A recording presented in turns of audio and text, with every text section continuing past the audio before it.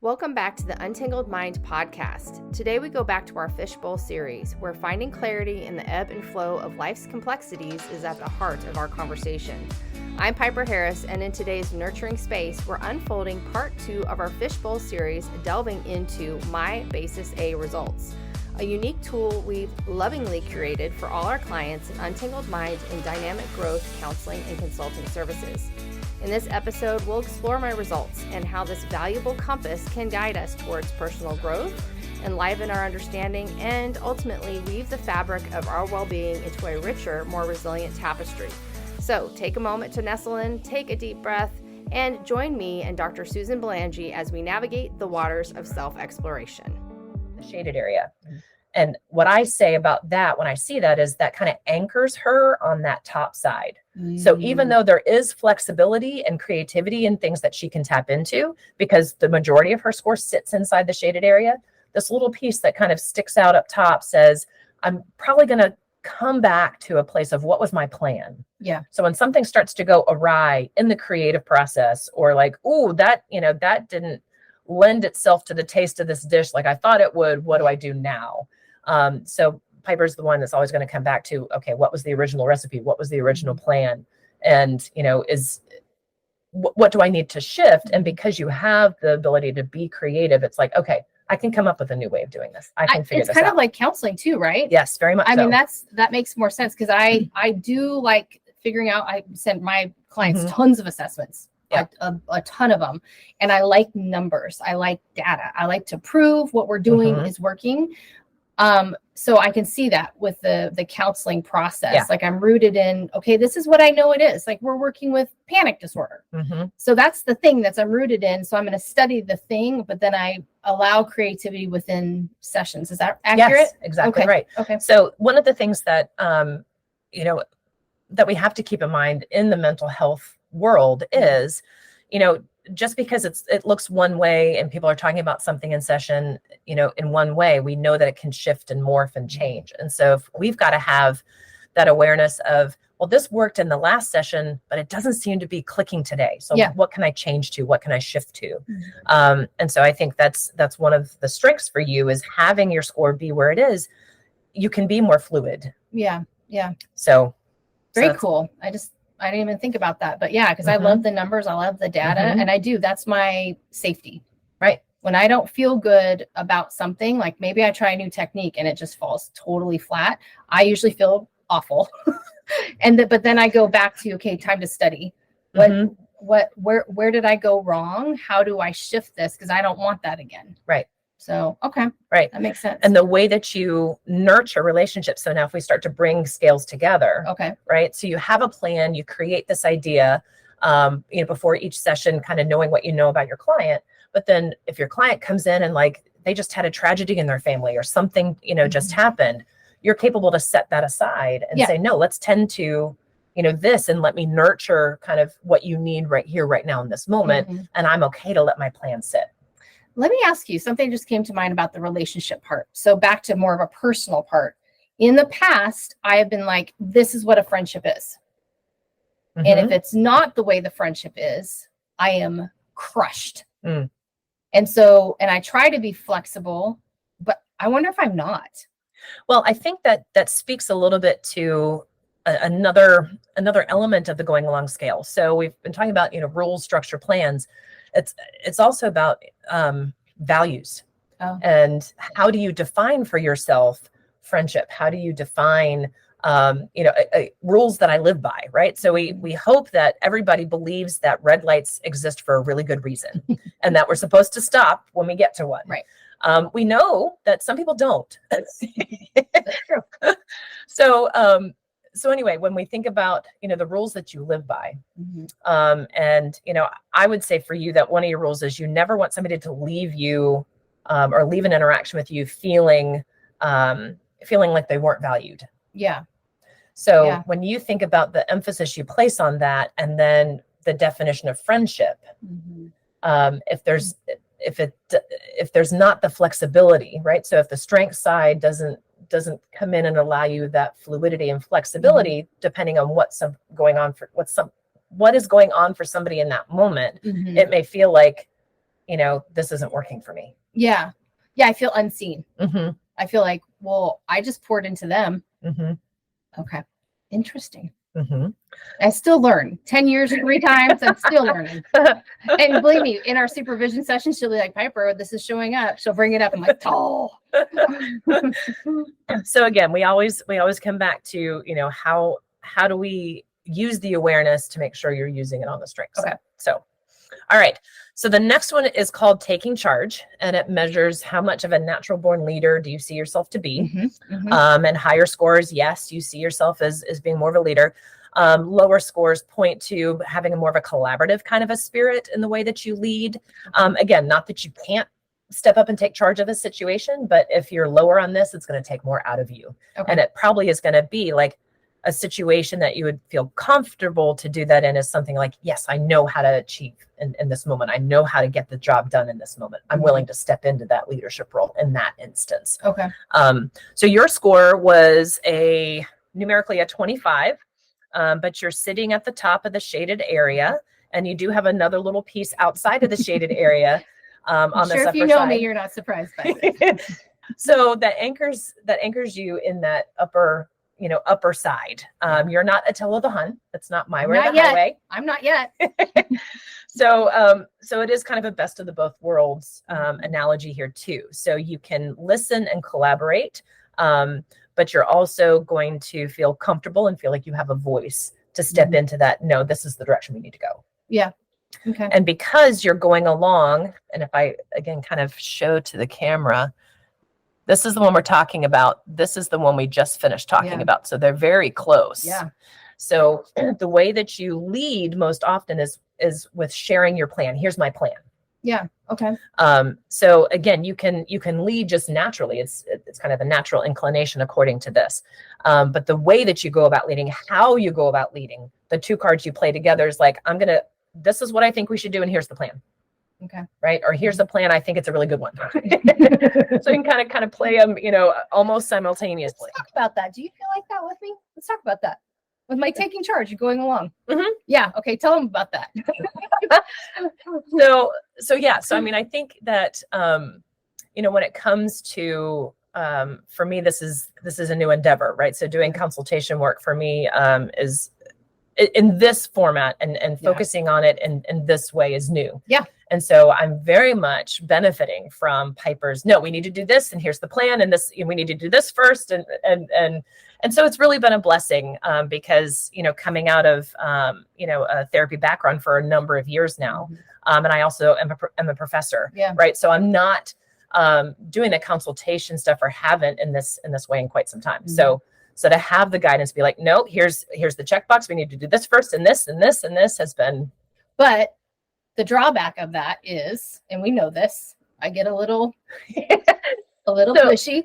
Well, I wouldn't say pushy. It's because there's just so much to do, right? When you launch a business, at times it's like, oh my gosh, that's a lot to think about.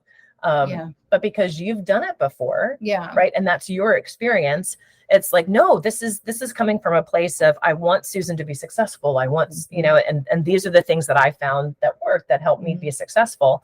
And so yeah, it's not a pushy. It's, for me, it's your lifestyle interacting with my lifestyle about trying to be good enough. Am I going to be good enough? And so when I hear all the things that I need to do to potentially be good enough, it's like, oh, that's a lot. Yeah. So, well, and I'm thinking kind of about like the, the 5 main domains for personality. What is it, like neuroses and the, so I guess what my mind goes to, am I perceived when I go into take charge? Am I going to be perceived as arrogant? Because I feel like I get that a lot in interactions. Is that what people get from me? Because she knows I'm a weenie, y'all. I worry about people, what they think about me, but I want to take charge. I'm like, okay, but this is a really good plan. Here it is, A, B, C, and I have it all. So I don't know, how is that perceived by others? So I would say that people see you as capable. People see you as intelligent, smart. You know what you're talking about. Because again, you kind of the 2 cards you play almost simultaneously are, here's what I think we should do, and here's the plan, and here's what's going to make us successful. Right. So so the way that those two come across, particularly for those who maybe need more approval or more recognition, things like that, are gonna be like, ooh, I don't know if I measure up. I don't know. And so I think what happens is in that interaction, your lifestyle, their lifestyle, is just creating in them this, I don't know if I can compete with this. And so I think what you're feeling is some of that hesitation perhaps on their part. And you're interpreting that like, am I being too bossy? Yeah. Am I being too outspoken? That. Yeah. Is that too much? But I think that ultimately what's happening when we look at all of your traits together, and again, we've only covered 3. Yeah. So when we look at all of them together, there's other pieces here, that, and again, it's your cards and how you play them. And then now imagine playing a game with somebody else, right? And they're trying to play their strengths and their cards. And so, it may be just a mismatch, or, kind of your intention is one of kindness, giving, care. But you're not gonna, beat around the bush. You're not gonna, try to sweet talk it or fluff. I think the word you use is, I'm not gonna fluff anybody. I'm not gonna fluff anybody. We were giggling about that this week. I had a client, she was asking me about a referral for her daughter. And she was, I need someone like you. And I'm like, well, like, what do you mean? She was, well, I don't know, someone that's kind of nice. I was like, did you just say I was kind of nice?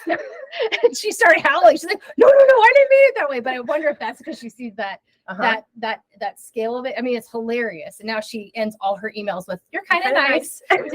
So it was just a funny thing, but she picked up, because I when I get safe, feel safe with a client, I am more blunt, because I think in my life, if I look back, let's look back, childhood lifestyle, I perceived not knowing, like I just perceived, I don't know quite where I fit. I don't quite know where to go. And so for me, I don't want to fluff people, because I don't want them to ever wonder, who is she? Where is she coming from? Is she sincere? I don't. And I've actually had people say to me, you can't be that sincere.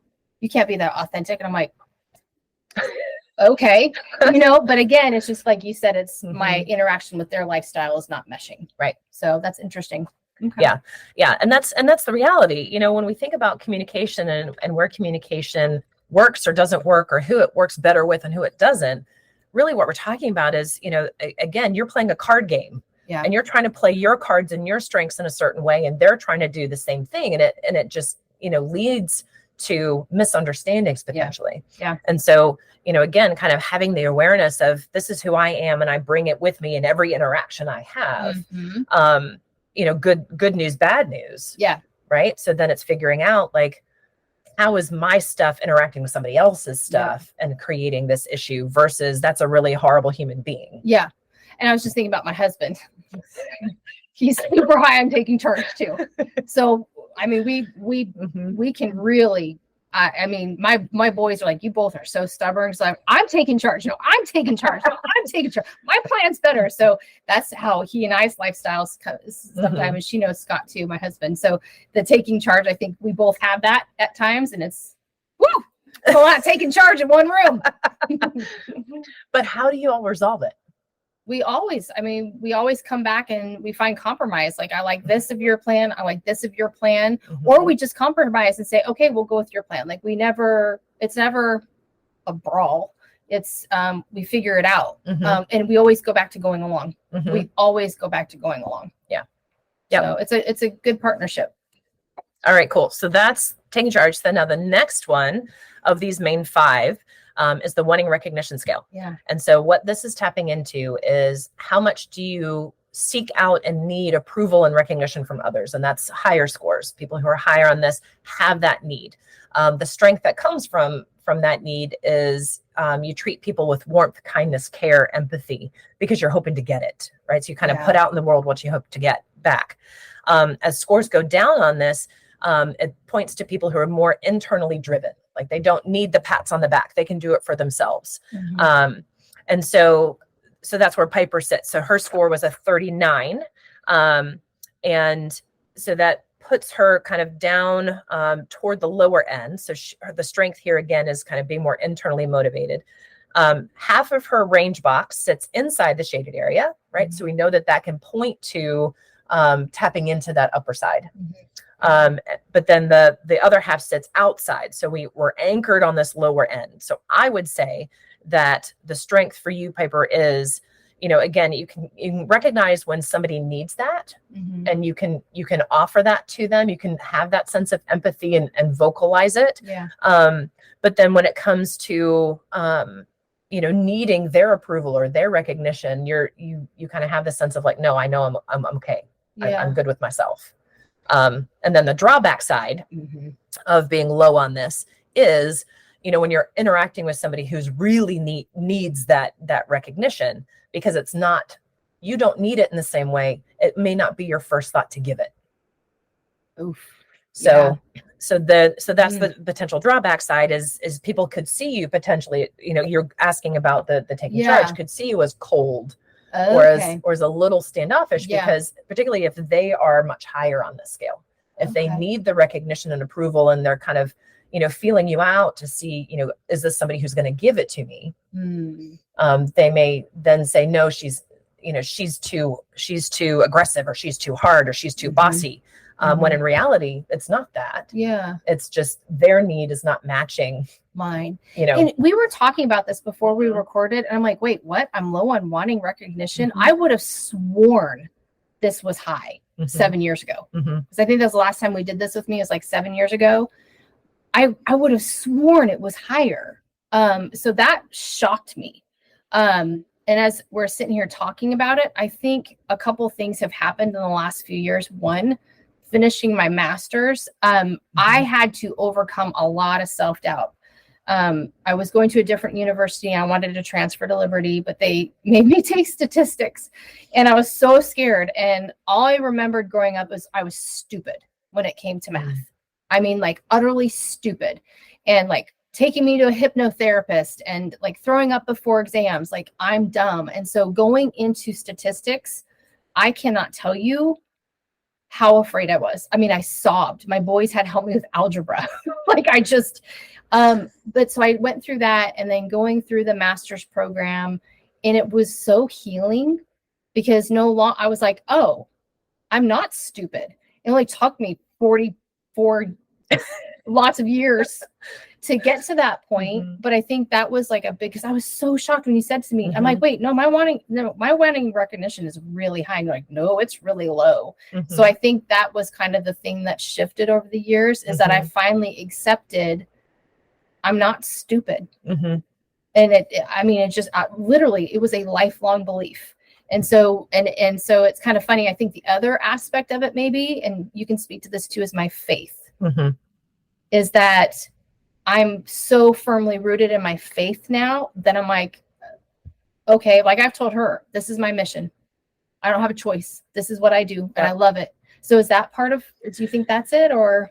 Well, I think, again, it comes down to what is your perception? What makes sense to you, right? So that's something to know about Adlerian psychology. So when you work with somebody who uses Adlerian psychology in their work, it all comes back to the client's perception. That's what matters most. So, I may know a lot about this inventory and what I think it says, but ultimately what matters more is what Piper's perception is. And again, kind of what anybody who takes it and goes through this process, what their perception is.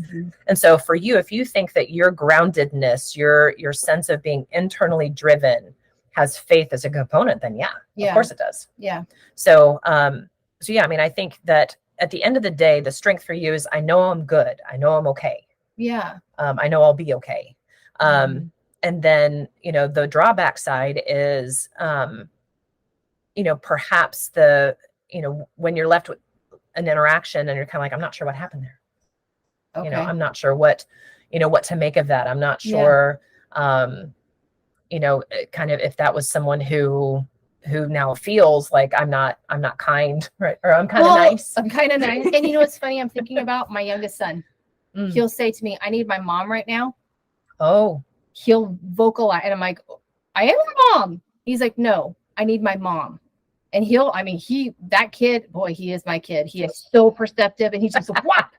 So he feels that. And I think at times my husband feels it, and he'll be like, hey, can we approach me in a different way? I need a little bit more of the softness. So that's making me think about personal interactions that definitely, yeah. Okay. I can see that. Yep.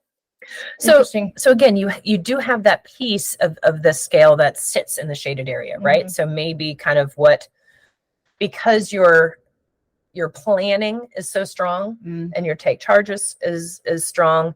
And again, that's kind of where you spend a lot of your time is, particularly in work and managing the house. And not that you do that alone, Scott, certainly, it's a collaborative effort for all of you. But I think what they're telling you is, plans aside, can I just have, can I just have the love? Can I just have the hug? Can I just have the, and I'm like, no, we need to wash the dust, the floorboards. We need to do this. We need to do, so yeah. We got that Mary Martha thing going on. Yeah. It's a Mary Martha thing. All right. Yes.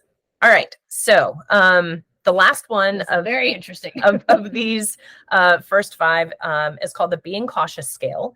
And what this is measuring is how much did you perceive life growing up to be challenging, for there to be, some conflict, and that's higher scores compared to people who are lower on this, whose perception is, no, life, I knew who to trust. Life was predictable. I knew what was going to happen next. And so, where your score sits is fully outside on the higher side of the shaded area.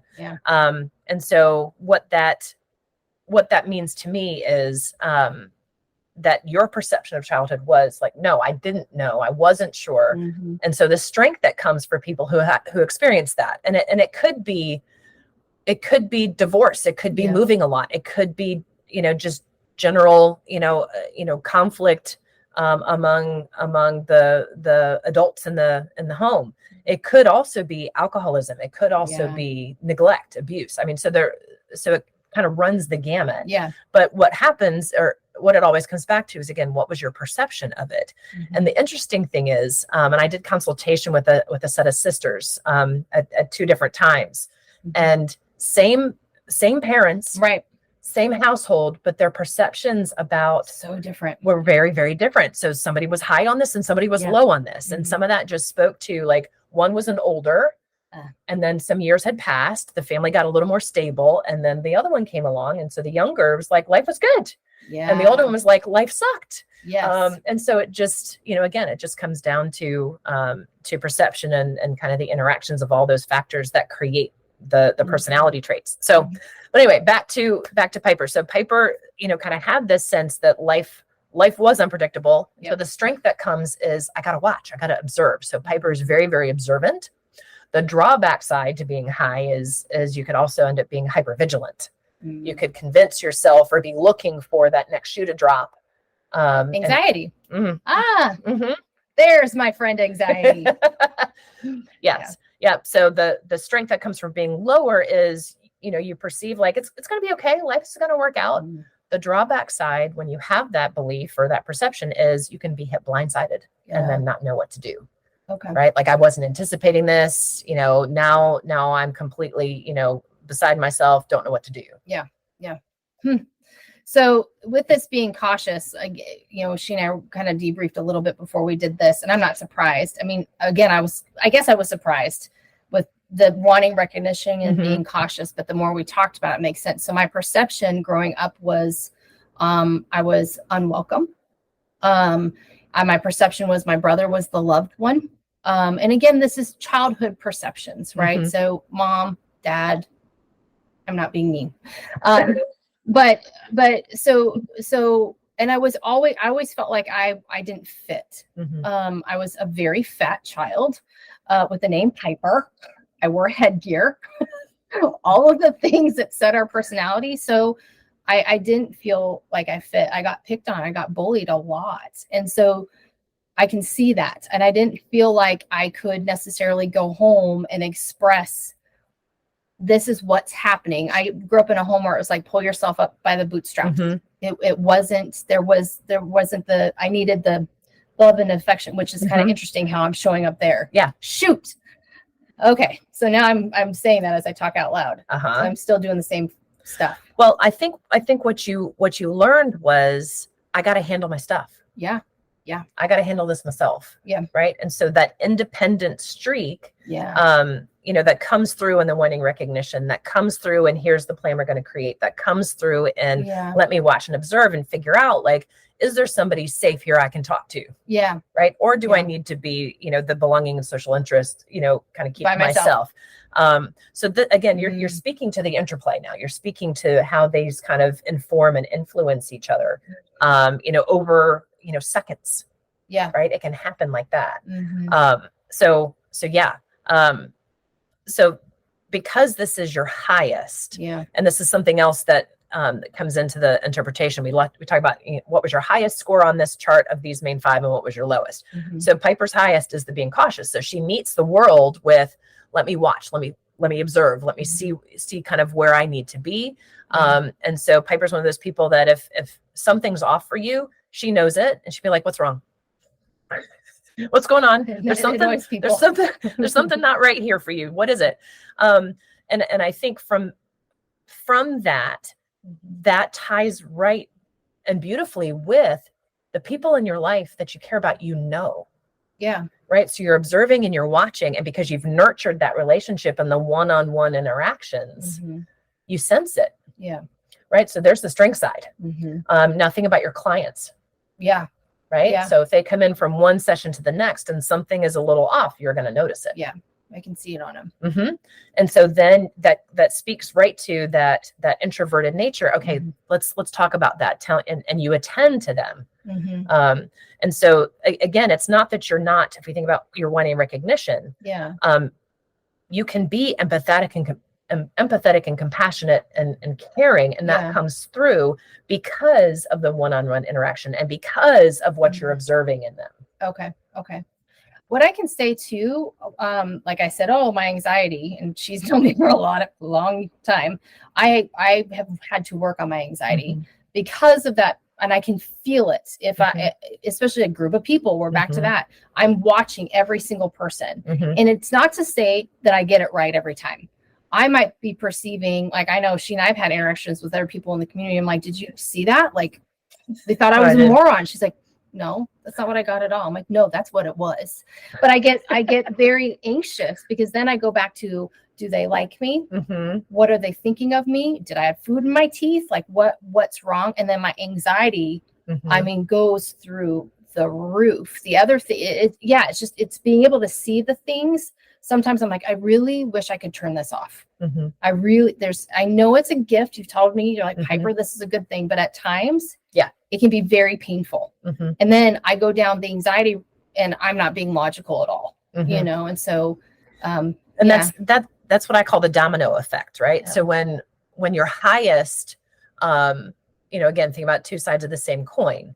So it's the strength you use most often.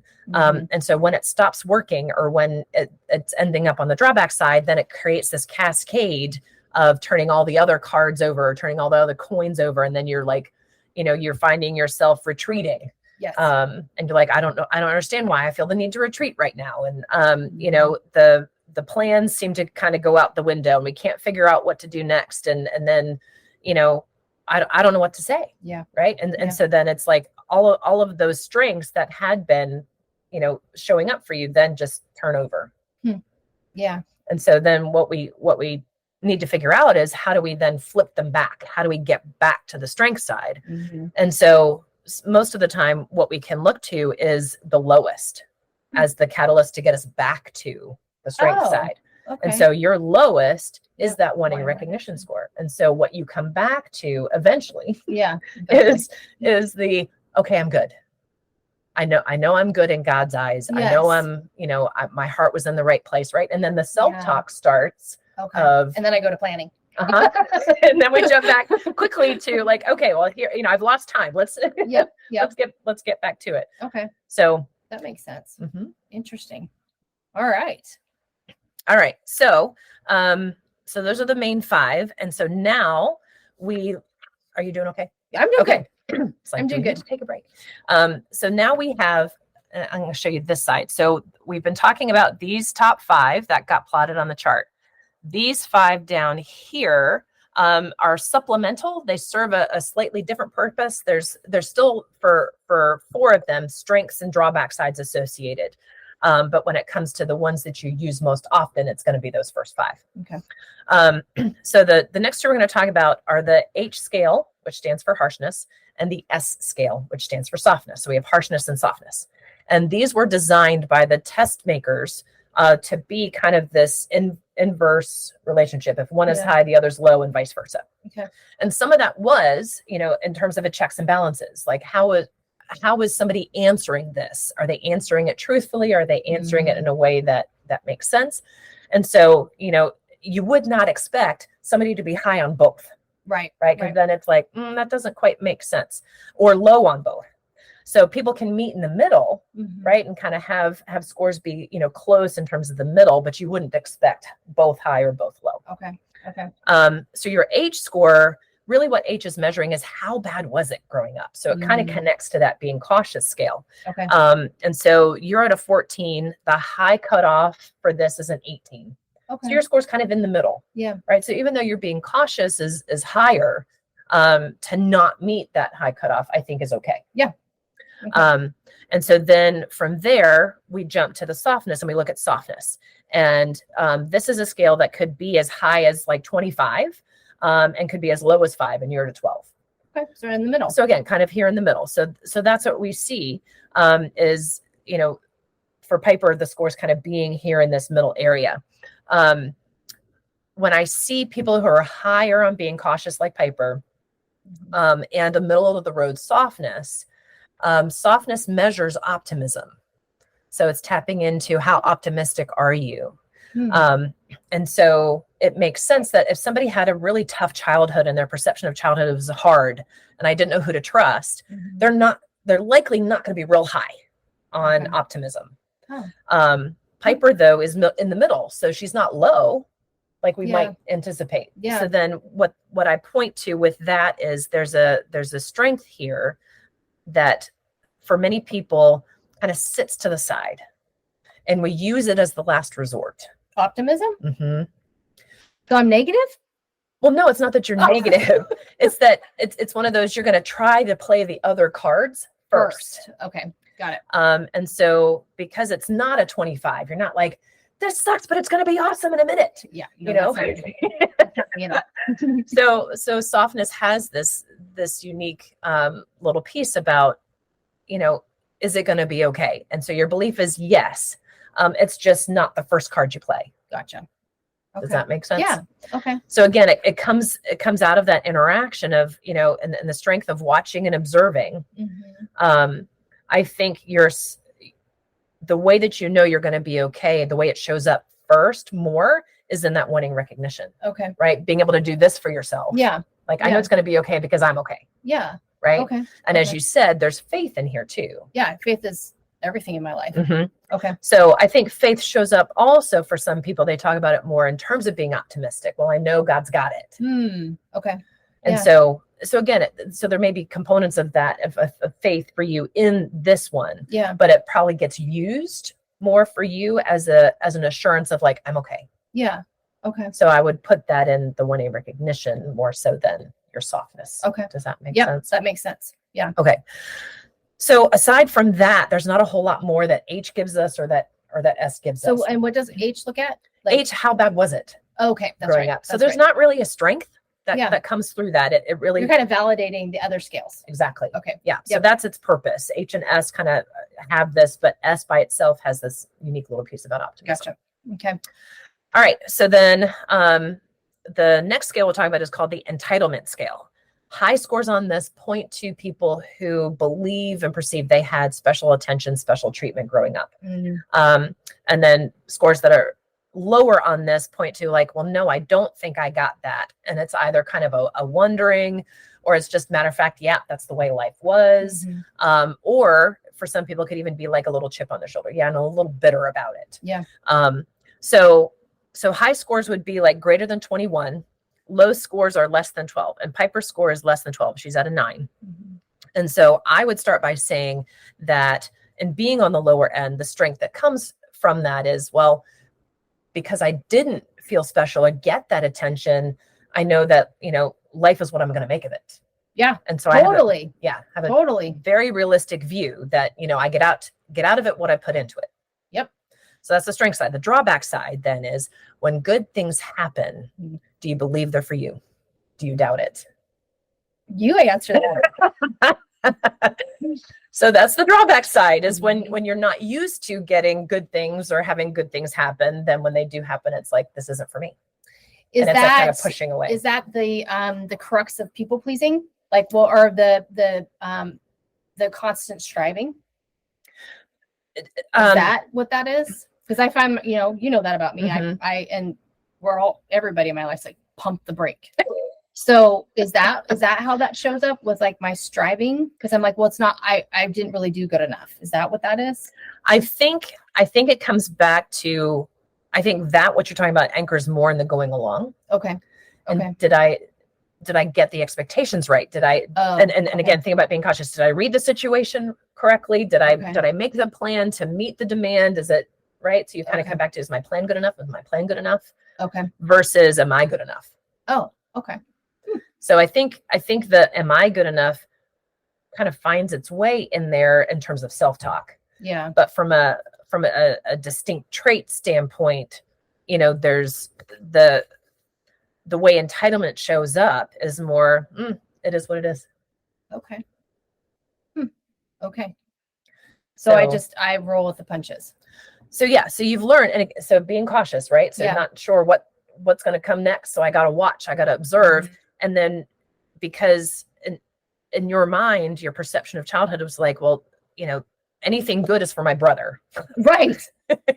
So I'm just not going to expect. Computer. He got the, yeah. I'm just not going to expect. Okay. And then I'm not disappointed. That's very true. And that is how I approach most of my interactions. Right. Because that's how I guard myself. Mm-hmm. Got it. So that's how you use these cards, right? It's like, let me, and that's why it might take you a moment when something good happens to be like, wait, is that really?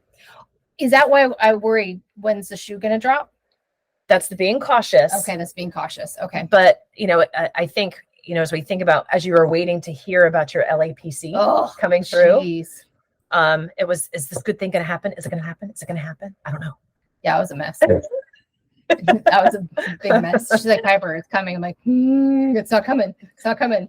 Yeah. So again, that's where, that doomsday, being cautious scale tips the dominoes over. Chicken Little. I'm Chicken Little. Yeah. Turned into Chicken Little. Mm-hmm. Okay. But so again, if we think about, the strength side of, I can take a realistic view. Yeah. I don't need special attention. I don't need to be the center of the audience. I don't need that. Right. Yeah. And so that's, the strength side is like, no, life is going to give us, and we got to make, if it gives us lemons, we got to figure out how we're going to make lemonade. And here's my plan to do it for how I'm going to make the lemonade. Okay. All right. That makes sense. Huh. It's so funny, the word entitlement. Yeah. I mean, so some of these scales, like to me, because